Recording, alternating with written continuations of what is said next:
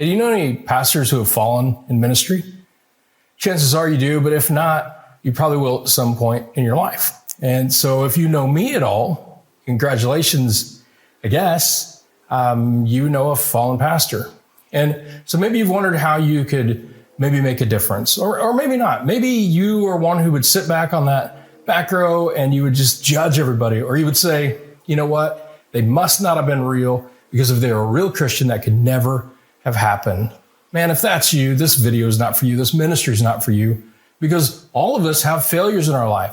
And I'll tell you, this ministry, Anden Ministries, is not for you. This video is not for you if you really are that kind of person that would sit on the back row and just judge everybody around you.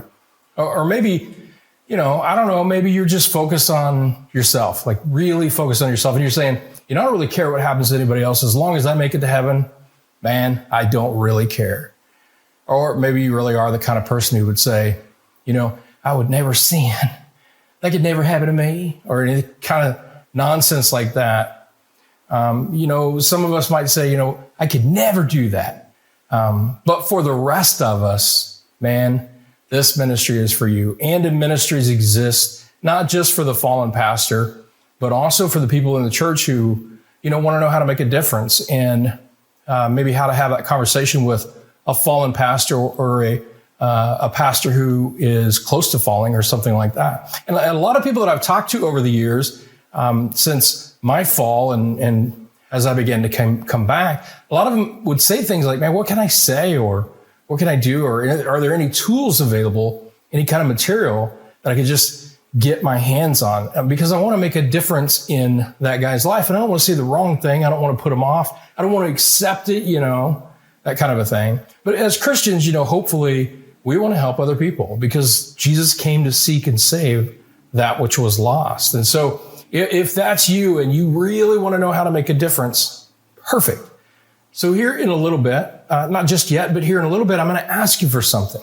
But first, I want to tell you the reason I started Anden Ministries in the first place is because of a call that I really have from God to go and to serve those who have fallen in ministry, because that's my story. I mean, I am a fallen pastor, but I want to go out and I want to help to serve those guys who have fallen in ministry, but also to help those who are currently in ministry. Maybe they want to know how they can help somebody who's fallen, or, maybe you're that kind who is kind of right there on the edge. I mean, you're coming right up to the edge. You're super close, but you're still sitting across the table from somebody saying, man, I could never do that. Man, I would never be me. But in reality, you know that you were right there on that edge. And so this ministry, I'll tell you, it's going to ruffle some feathers, and it already has, which is something I kind of enjoy, to be honest with you.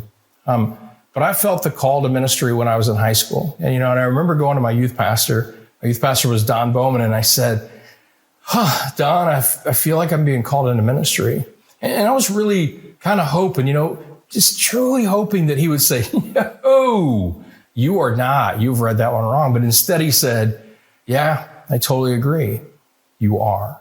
And so I really kind of ran from that call to full-time ministry. I would help out a little bit, but not fully commit, sort of dabbled, if you will, volunteering around the church. I would do certain things, and I would say to God, in prayer, say, look, I'm helping. But in reality, God had put this call in my life, and I needed to go and do that. And so I finally acknowledged the call, and I went into full-time ministry, and I said, okay, God, I'm in. But I still found a way to mess it up. And that was my fault. So I always think that I kind of knew that God had some type of different ministry in there for me. There was just some type of different ministry, but I never really knew what it was. And I remember as I was a youth pastor, we had a church work day. And if you know what that is, it's where a few people, regardless of the size of the church, is where a few will get together and do work that needs to be done.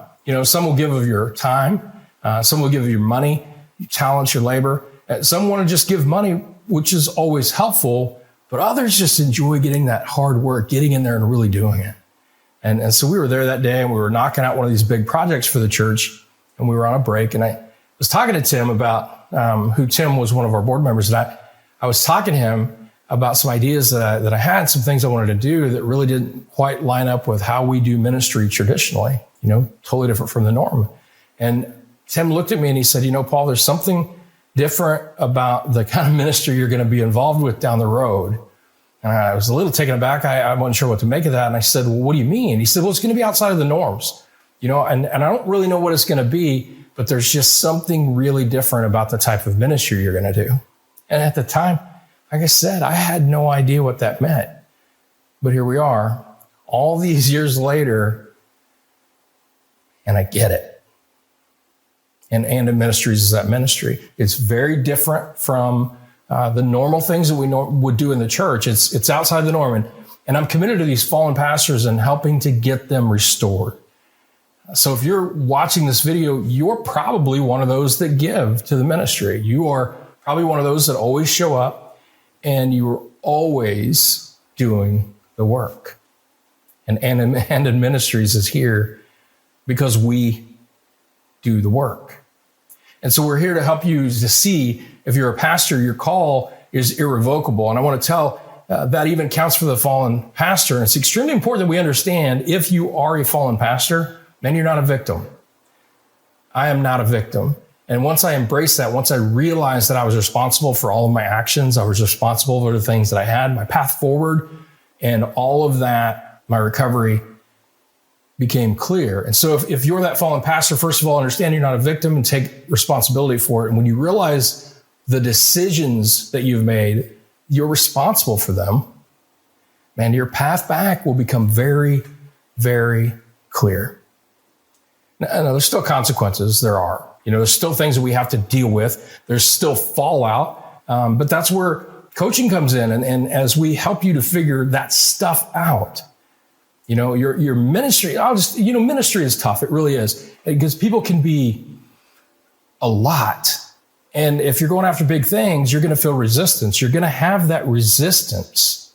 And so with this ministry, man, there's been a lot of pushback. I've gotten a lot of resistance from pastors and people inside the church. And I like it because the harder it seems to be, the more I realize how vital and important this ministry is, and how Satan just doesn't want this, which means, man, we got to get that message out there. We got to get it out there to pastors across the country and even across the globe. As pastors and just Christians in general, we try so hard to be perfect. I've tried to be perfect, and really isn't striving for perfection kind of what gets us into trouble in the first place. You try to be perfect, and when you can't quite get there, you know how it goes. And so what happens is when a pastor is dealing with something, we keep it to ourselves. We don't tell other people. We're like, no. Listen, we're built for community. We really are. We're built for the relationships, so community is extremely important. And that's how we get through. But a lot of times, here's what we begin to think. We go, man, I should be able to deal with this on my own. This is ridiculous. How can I struggle? I'm a pastor. This is something I need to be able to fix. And so we keep it quiet. And then it becomes bigger and bigger and bigger. And then all of a sudden, man, it's out of control. And we find ourselves in a lot of trouble. God has given these pastors gifts, some really incredible gifts. And those who are fallen, man, they're no exception. And so giving is a big part of being a pastor. It's what we do. Pastors, we give, and then we forget to take care of ourselves. And just those little things that can grow into really big things, man, it has to change. And so as you listen to these words, maybe you begin to think, how can I get involved? How can I help fallen pastors? And you can. And I'm about to give you that opportunity. So just understand, pastors who are fallen, they're still called to ministry, because Romans tells us that the gifts of God and his call are irrevocable. And irrevocable is pretty hard to argue with. Yeah. Grace and mercy, they're pretty much a staple of our faith, are they not?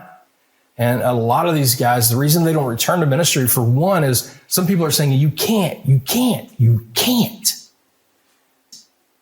But God has given you gifts. God has given you this call, and that call is irrevocable. And Anden Ministries exists to help those fallen pastors be able to get restored and to help educate those who are currently in ministry to see the warning signs. So we want to help you rediscover your call.